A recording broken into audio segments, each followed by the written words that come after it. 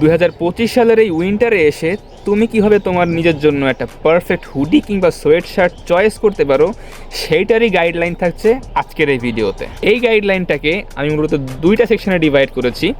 প্রথম সেকশনে থাকবে তোমার এসেনশিয়াল পার্ট, যেটা তোমার একদম লাগবেই। সেকেন্ড পার্টটা হচ্ছে তুমি যদি ট্রেন্ড ফলো করে থাকো, নিজেকে আপডেট রাখতে চাও ফ্যাশনের ক্ষেত্রে, তাহলে সেটা তোমার সেকেন্ড পার্টটা তোমাকে খুব বেশি হেল্প করবে। এসেনশিয়াল পার্টসে প্রথমেই তোমার চলে আসছে ফ্যাব্রিকের ব্যাপারটা। তুমি শীতকালে কি ধরনের ফ্যাব্রিক চয়েস করবা হুডি কিংবা সোয়েট শার্টের ক্ষেত্রে? ফ্লিস কটন বা তোমার CBC fabric, cotton polyester mix, যেটা তোমার, কারণ পলিস্টার তোমার যেই ওভারঅল ড্রেসের যে শেপটা এটাকে আরও বেশি ভালো রাখে। অ্যান্ড পলিস্টারের একটা ধর্ম আছে, ও তোমার বডিটাকে আরও বেশি ওয়ার্ম রাখবে, ও ফ্যাব্রিকটাকে খুব বেশি ওয়ার্ম করে।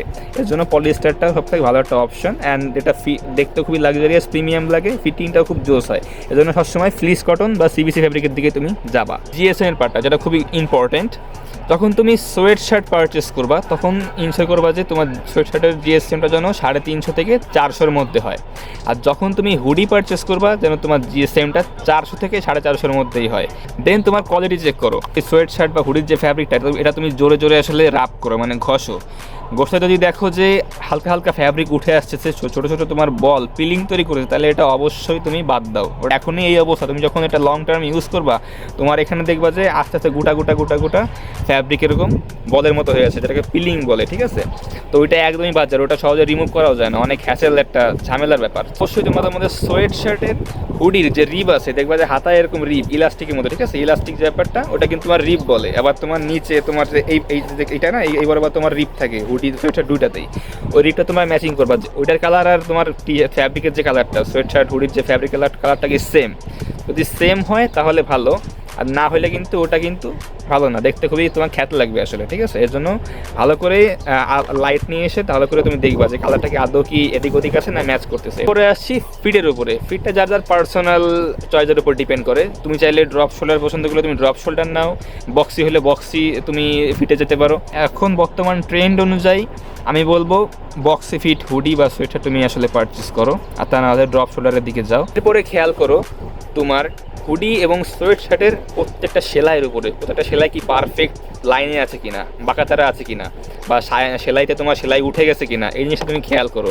যদি তুমি নোটিস করো যে আসলেই সমস্যা, তাহলে ওটা একদমই বাদ দাও। কারণ তোমার যদি এখনই সমস্যা তুমি ফেস করো, তাহলে ভবিষ্যতে তুমি যখন ওয়াশ করবা, রাফলি ইউজ করবা, ওটা কিন্তু ওই সেলাই আস্তে আস্তে উঠে যেয়ে অবস্থা পুরো 12টা বাজায় দেবে তোমার। যদি তোমার হুডি বা সোয়েট শার্টে যদি তোমার প্রিন্টিং থাকে বড় করে কোনো, তাহলে সেটাকে টান দিয়ে দেখো যে ভালো করে বলতেছে কিনা, ঠিক আছে? বা ফেটে যায় কিনা, ক্র্যাক হয় কিনা। যদি ক্র্যাক হয় ওটা ওই মুহূর্তে বাদ দিয়ে দাও, কারণ যখন তুমি এটা রাফলি ইউজ করবা, ওয়াশ করবা, দেখবা যে ওখান থেকে আস্তে আস্তে প্রিন্টিংটা উঠে যাচ্ছে, একদম বাজে একটা অবস্থা হয়ে যাবে। সো এটা সবসময় খেয়াল রাখবা।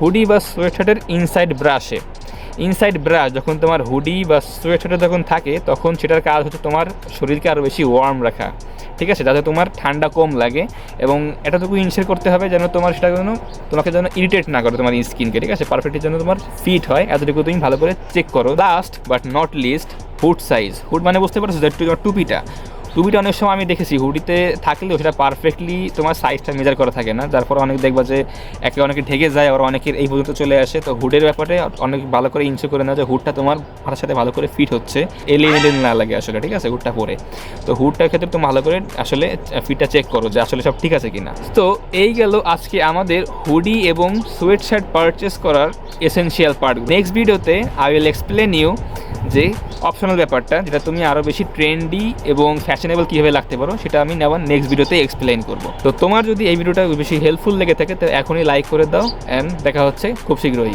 আল্লাহ হাফেজ।